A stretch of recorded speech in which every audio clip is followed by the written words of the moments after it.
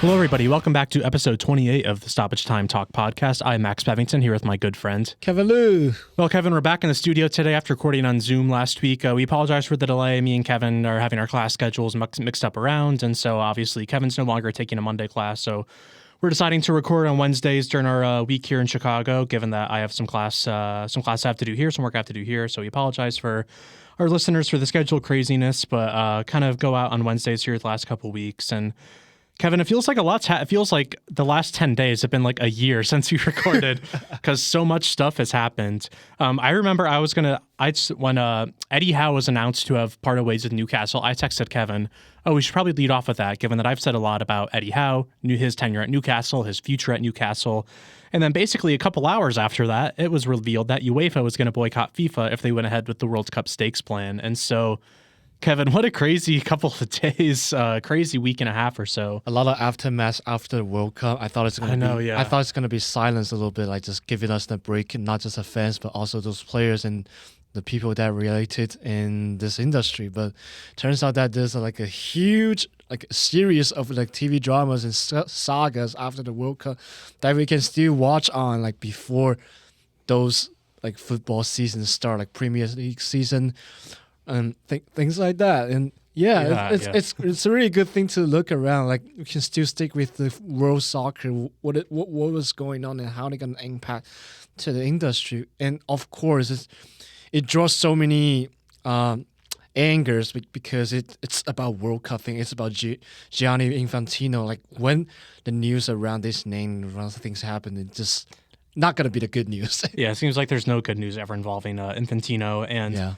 Yeah, I mean, Kevin and I were kind of thinking of plans how to preview the Premier League season and, again, some of the managerial changes. We will have some transfer talk, but we are going to focus on transfer talk, the managerial change at Newcastle, previewing teams. And it seems like the saga of FIFA will just never, ever go away. It's definitely going to be there's always some controversy. Yeah. And to kind of give our listeners a quick overview, I mean, a couple of weeks ago Gianni Infantino, the head of FIFA, proposed a plan that kind of got leaked that he was planning to sell basically stakes of the World Cup commercial rights into private equity, kind of like looking for investors to buy stake into the World Cup, with 20% stake valued at $4 billion was going to be auctioned off to different people within, the private sector, private equity.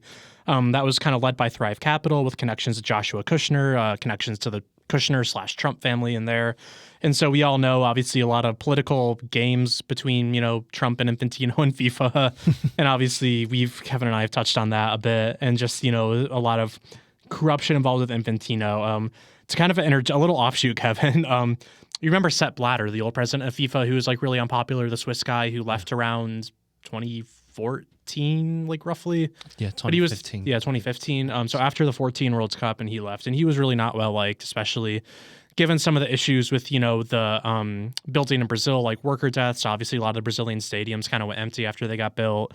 Obviously, with the Russia bid was really corrupt as well for the 2018 World Cup. We all know there's big amount of corruption there coming into the Russia's bid that eventually won them the 2018 World Cup. And Sepp Blatter looks like was just so unpopular. I would, in a heartbeat, take Sepp Blatter back right now as a president of FIFA over Gianni Infantino, which I never thought I would say. It's getting even worse. Even though it's like taking over, it's getting even worse in the 10 years tenure from Gianni Infantino. Yeah, and then as well as the, with the promise for the double the annual funding and just... It seems like there's nothing he won't do to just get some more money into the organization. Yeah, it's just like during those 10 years that there's so many unnecessary add-ons, not just about the organizational level. We all know that the nature of it is becoming so corrupted as usual. Yeah. even though it's like a non-profit organization, that was what she said.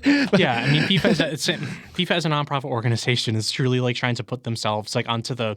Basically like a stock market company. I mean, bro, you're not Apple, you're not Google, you're not Meta. Like, kind of like almost like offering stakes into a nonprofit company. Like, they're on the stock market. Probably that trade was their leeway to do something bad, like just the avoidance of a tax, a lot of beneficial things. Yeah. Just because they're nonprofit, they had like a large room for manipulate so many things that's what benefiting themselves. Yeah. It's what the NCAA's done with March Madness for all of its existence, Yeah. NCAA is a nonprofit, for student athletes, and they make a gazillion dollars from the media rights to March Madness. For real, yeah. Once the game gets bigger, like no matter you're a profit made or same now with made. NCAA, and then same now with looking college sports looking to expand the playoff, like the college football and the college basketball playoffs and the tourneys, and same with FIFA just expanding the World Cup. I mean, like just a lot of funny kind of overlapping there. Yeah, and just like I'll say this again, Kevin. Like there's Infantino so like just seems like such a slimy guy that there's absolutely like nothing he wouldn't do to just like enrich himself and enrich the pockets of FIFA basically. Yeah. It's crazy. Yeah, almost acting himself like a political coward and doing the things that we can expect it in the bad way, like especially the World Cup. Before the World Cup, he already had a collusion with Donald Trump for maybe just like showing his good face, like trying to like compensate the whole country and trying to benefit themselves, trying to build up like a mutual beneficial relationship and trying to make these big tournaments better and making the most profit. And then the most ironical part is they made a lot of money. And then it comes out that this World Cup was a huge commercial success. Yeah. Massive commercial success. Commercial. Huge, yeah. And then you're trying to get into the next stage and you want to sell the World Cup to the private sectors. Yeah. It's just, what a dumb idea, man. It just crossed the line, to be honest. Yeah, again, FIFA, has a right to sell the commercials, so like to sell ad time and things like that, but to sell actual stakes within the organization or to sell, for the organization to be out selling stakes, again, like you're not Apple, you're not Google, you're not General Motors. There's no reason for you to be on the stock, like, selling stakes like you're, a company that's gone to the stock market. To be honest, I don't even know the World Cup has the stakes to sow. Yeah, like who came up with the idea for stakes? Like, how did you just invent like, I'm not a financial expert here, but like, how do you just invent stakes? You're not you're not producing a car like General Motors. You're not, producing, tech like Meta or Apple or Google. Yeah. Like, how do you just invent stakes? It's not private. And I get you have ad time to sell, but like, and then but selling like kind of commercial stakes of their like that, I think is just really stupid. It just makes no sense. And it wasn't privately being owned by somebody and some entity as well. It's just FIFA taking over the game. And it's like you as the head of FIFA, you're not the owner of FIFA. You're the head of it. Yeah, like FIFA isn't like owned by a person like how Mark Zuckerberg, owned Facebook when he first started it, or how how like Steve Jobs, owned Apple when he first started it.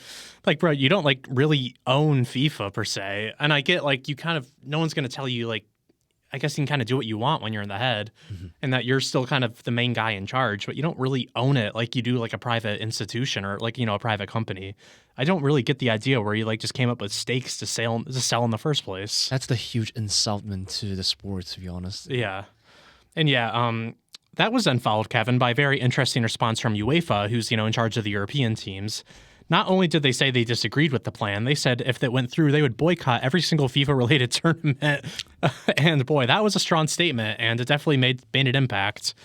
Kevin, imagine like just having tournaments, a World Cup without the European teams is just crazy, because that's where their money comes from. Yeah, people tune in to see England, they tune in to see Ronaldo in Portugal, they tune in to see Mbappe in France, they tune in, to see the Spain team. They tune in even for Bosnia when they were kind of the Cinderella story. Oh yeah, and then a World Cup without the European teams would just be just like not profitable at all. Not profitable, unwatchable, and then also unwatchable, unprofitable, extremely depleted. Makes up the huge majority of members. Like in the 2018 semifinals, all European teams. We really should have had all European teams this semifinals if England didn't blow it.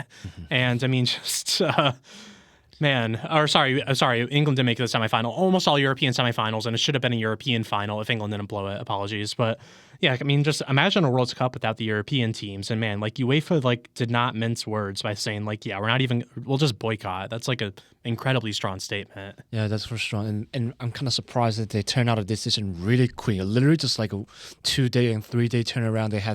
They had releasing 2 statements about.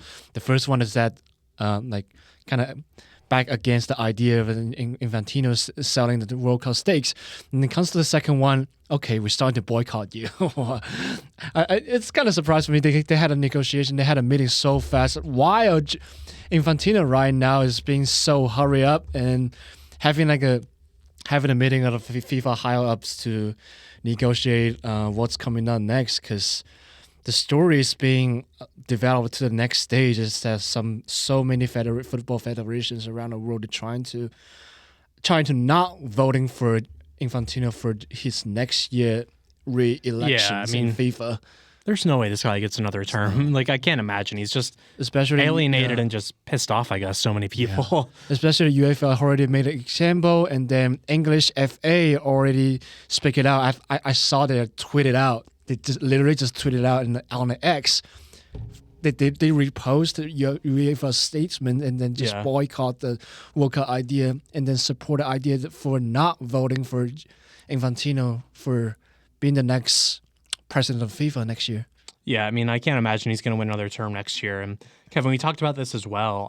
Within UEFA's statement, they had a very interesting quote that I think the fans all really appreciated and agreed with, was, quote, "Some things are simply too important to sell. The World Cup is not for sale," unquote. And I think, that was I think that sums it up really well at the position that I think the fans wanted the other international bodies to take against FIFA and against the plan to sell stakes in the World Cup. Yeah. And just, I think it was really, for me, kind of refreshing to see that. And I think there's no reason for the World Cup to continue to become so like commercially muddled and so commercially kind of taken over as it has been already. You've seen Infantino take so many steps just for profit maximization that have kind of killed what some fans like, whether it's just ads or the World Cup hydration breaks or the halftime shows or just the stuff, things like that. And I thought it was refreshing to see the UEFA kind of make that stance and put that quote in saying some things are simply too important to sell. And UEFA's really not minced words. They've not minced statements. Even threatened legal action against FIFA, kind of regarding the scheme, given that it kind of got leaked without, I think, the knowledge of a lot of these organizations of FIFA's plans. And, it's just just a crazy couple of days, Kevin. Yeah, we know that it's always like a rival relationship between UEFA and FIFA because we know that UEFA is also a pretty large entity for hosting games. And they host the Euros every other summer, and then obviously they get plenty of money and plenty of viewership from that. That's really the only tournament in terms of viewership, fan attendance and money that can really come close to the World Cup. Yeah. In terms of UEFA being obviously in charge of hosting the Euros every other even year summer after the World Cup. Yeah, probably we had to be honest. Euros might be like the secondary major football tournaments. When it comes to European teams, if you're in for England in a trophy drought currently, I feel like we have to talk about this every episode, but winning the Euros counts as breaking your major trophy drought. Yeah. Winning the CONCACAF whatever may not really count to some of the teams winning the Copa America may not be super important to, some teams of your Brazils, your Argentinas. Winning the Euros is considered a huge deal for the European teams. And, if England were to won the Euros, any of these last two finals they would have been in, their celebration would have been about the same as winning the World Cup. Because it really is the most major tournament to compete with the World Cup, and UEFA's in charge of that, and they've got plenty of money to throw around as well. Yeah, so definitely UEFA had a large say on this deal, and I actually really appreciate to see them coming out with a statement like that and being so strong on their presence. And so that's why they definitely can lead some other federations to come out and say something. So for now, who joins the UEFA's resistance is CONCACAF. Obviously, we're pretty familiar with that because I think the U.S. Yeah, so that's mainly U.S., Canada, Mexico, and CONCACAF. And then also AFC and the Asian Football Association, a federation or something, a conference. Sorry, I just know the abbreviation on it, but it's the Asian Federation's also back against that idea for rejecting Infantino's scheme.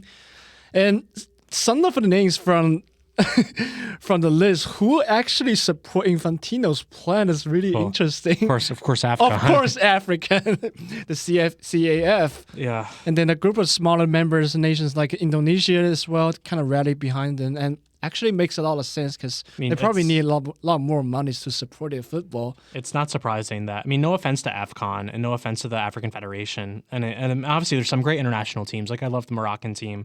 I've always really enjoyed the South African team back from 2010. The players are good people. Obviously they're not the ones in charge of the federation, but I mean, of course, the most corrupt actual, international federation of AFCON supports FIFA and they're very like corrupt plans to just sell stakes of the World Cup. Yeah. So of course, the African Federation's the one to support them. Yeah, because it was drawn by like a promised cash injections. Yeah, I mean, they need more money. Well, Lord knows they need it because that money ain't going to the teams. And, they're looking to get more money for themselves. Yeah, for sure. Yeah, that's the way to corrupt themselves. Yeah. And yeah, Kevin. I mean, it seems like, and now like Infantino's really in some hot water. Like he may not be able to serve out the rest of this term here. I know it's up pretty soon, but he may not have the backing to serve the rest of his term as the head of FIFA. And just, I mean, a lot of people within the organization have bucked him, have kind of like broken with him, have said this is a bad idea. There's so much backlash against him throughout, UEFA, CONCACAF, and the Asian Federation. And just, man, I mean, there seems like so much, just everything's like against him right now. A lot of high ups in FIFA are against him. There's a lot of people who are now trying to kind of distance themselves from him, given that, they've seen the backlash. Even Carlos Cordeiro, who is one of the former bankers, resigned in protest. Obviously he's a very important business figure in FIFA. For anyone who's into finance, he worked at Goldman Sachs. Goldman Sachs is one of the biggest, international banks in the world. They finance however many countless organizations all around the world. So Cordeiro has to go. Kevin Lamore, who's the COO of FIFA, so he's pretty high up there. Yeah. The chief operating officer. So like that's, not that far within business structure. He's pretty freaking high up there. He publicly blasted the scheme as a one-man project that was built, built on deception, is what he said. Even Sepp Blatter kind of spoke out. Yeah, Sepp Blatter's kept his mouth shut on a lot of things, and he actually, this is bad enough to where he actually said something. But he spoke out in one thing, like before the idea coming out. He spoke out on one thing when Infantino had the idea to expand a World Cup. Yeah. He spoke it out on Twitter.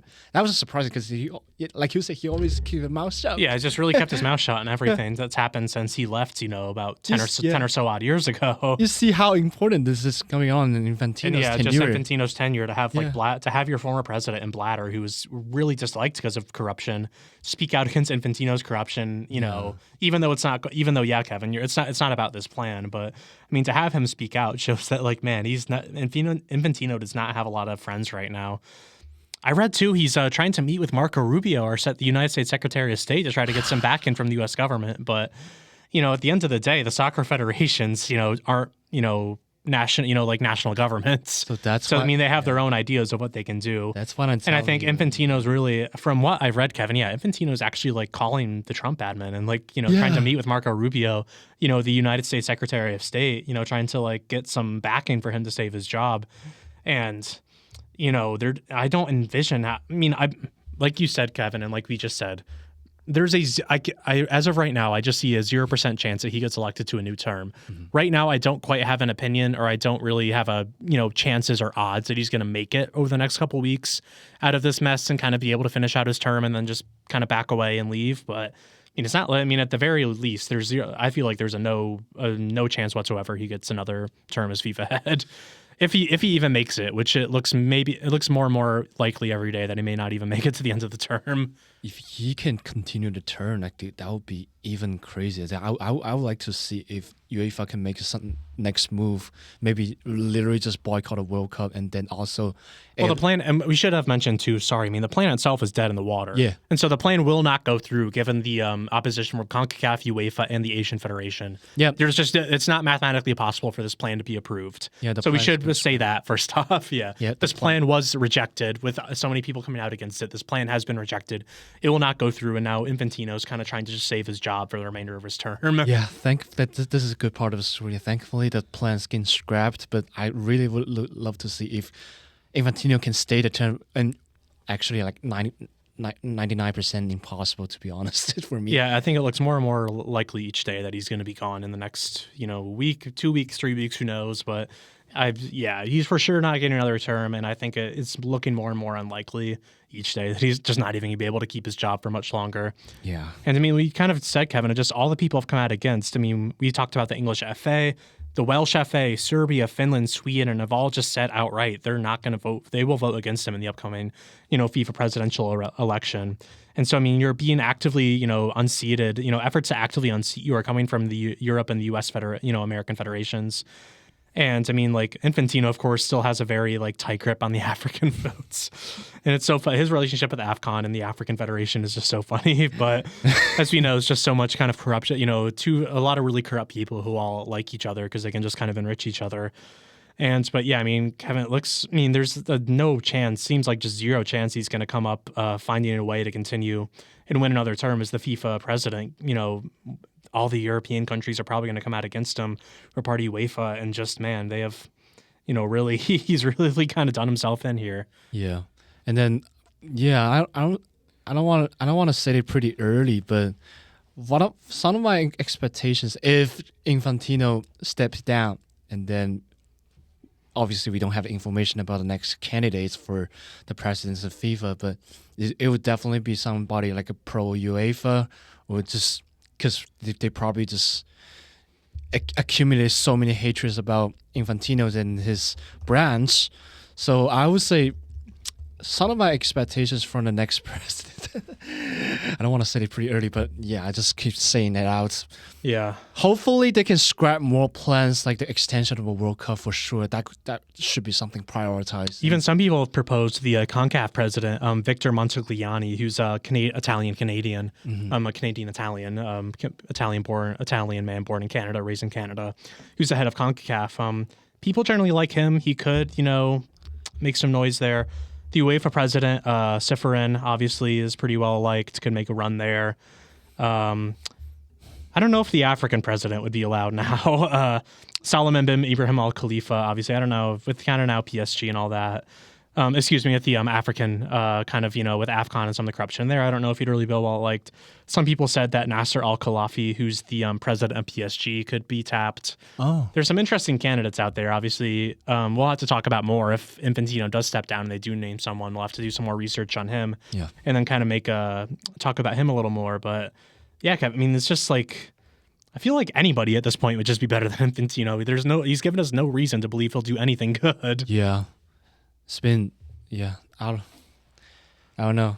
Yeah, I mean, it's just like, and to kind of wrap up our talking points here on FIFA and the private equity plan, I mean, I think we both agree, Kevin, it's just like, how can you as a nonprofit, you're like the kind of the quote unquote, the custodian of the sport.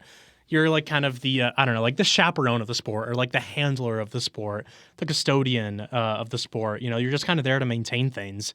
You're not there to you're not there to just change everything and just kind of commercialize these things.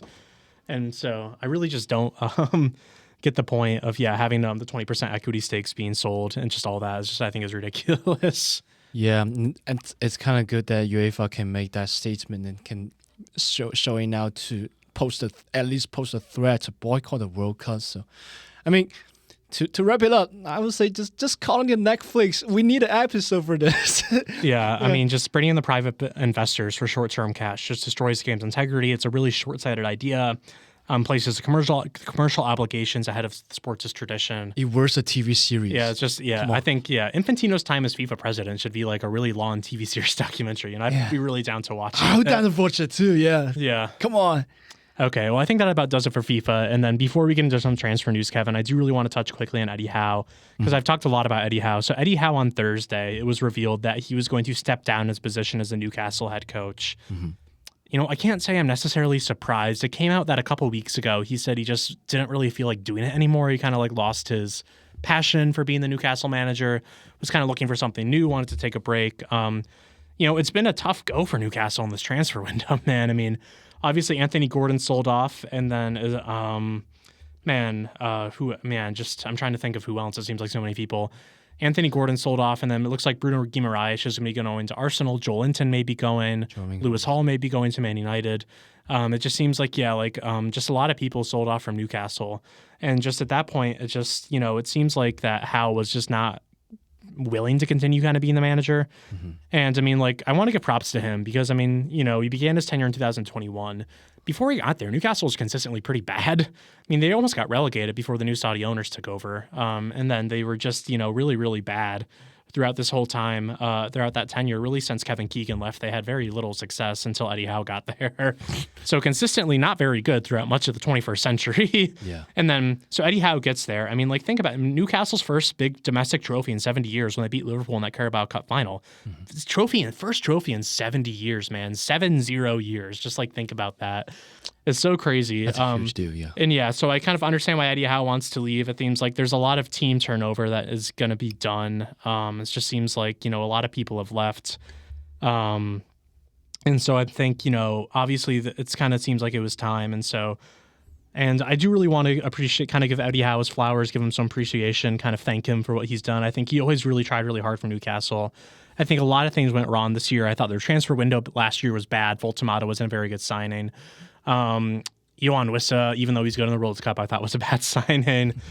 And just, yeah, it's really interesting just kind of how things fell up, because they were really good last year, but 2 years ago with the Champions League bid, and then just really down this year after losing Isak. Really bad ups and downs. I think Howe made some really bad roster decisions, bad substitution decisions. The transfer strategy was bad. I mean, even right now, it just seems like, yeah, they're losing a lot of guys and getting some money, but not able to really get guys who they want in the transfer market. So they did appoint one of the German managers, Matthias Jassel, who came from the Saudi League.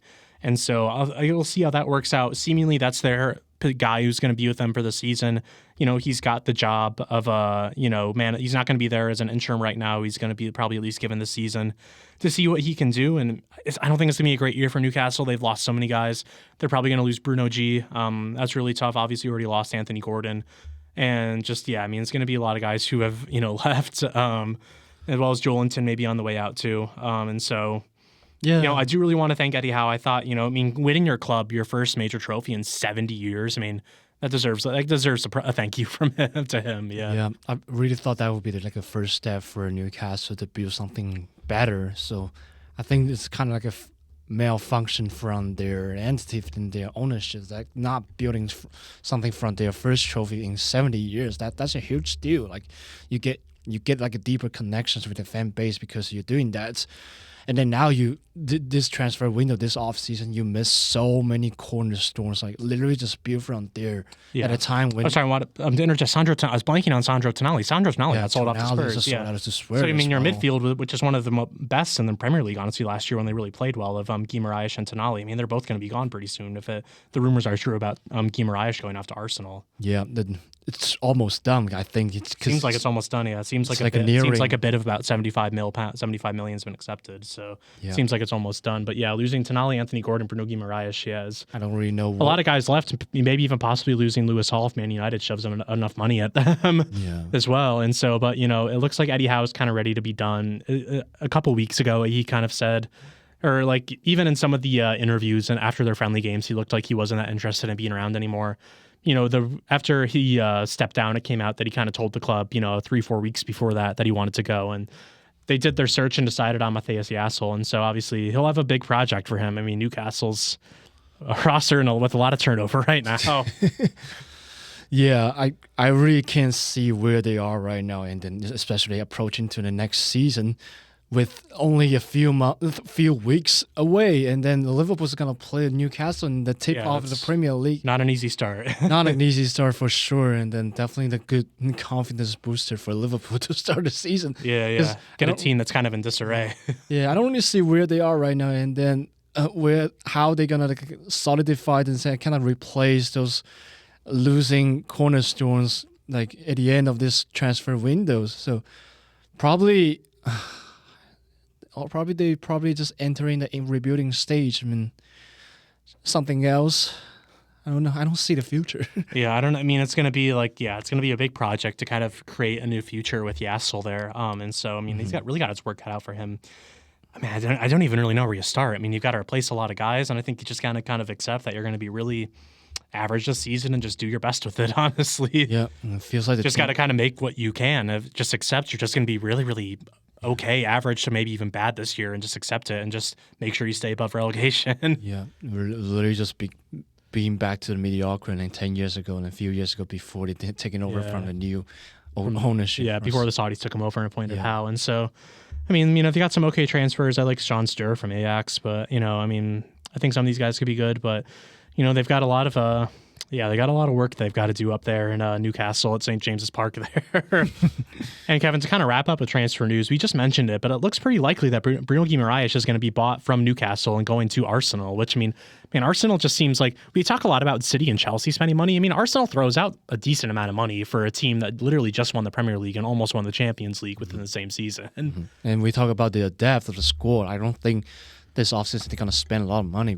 And then it turns out that Bruno G will be in the new member of Arsenal. And I will see... Yeah, £75 million off to Newcastle for Bruno G. And I will see he will definitely be the starter because he's way more better than Arsenal's defensive midfielder, like over Jorginho or Norgard or somebody else.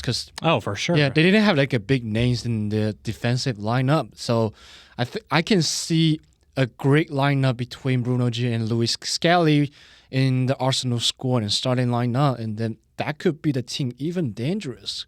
And we already talked about it. I mean, it takes a good midfield to make some really, really good. Yeah, Arsenal's been so dangerous. If you've got, I mean, having Rice and Bruno and G in the same midfield, it's nothing to scoff at there. That's a pretty solid. That's a pretty solid duo. Yeah. Arsenal has been doing really good defensively last season. That's the great foundation for achieving their first Premier League title in 20 years or more. So I can see the teams become more dangerous. They're just trying to build from there smart and wisely. And well, I actually like the addition for sure. So wow, definitely a stronger starter, like overwhelming for somebody else. Yeah.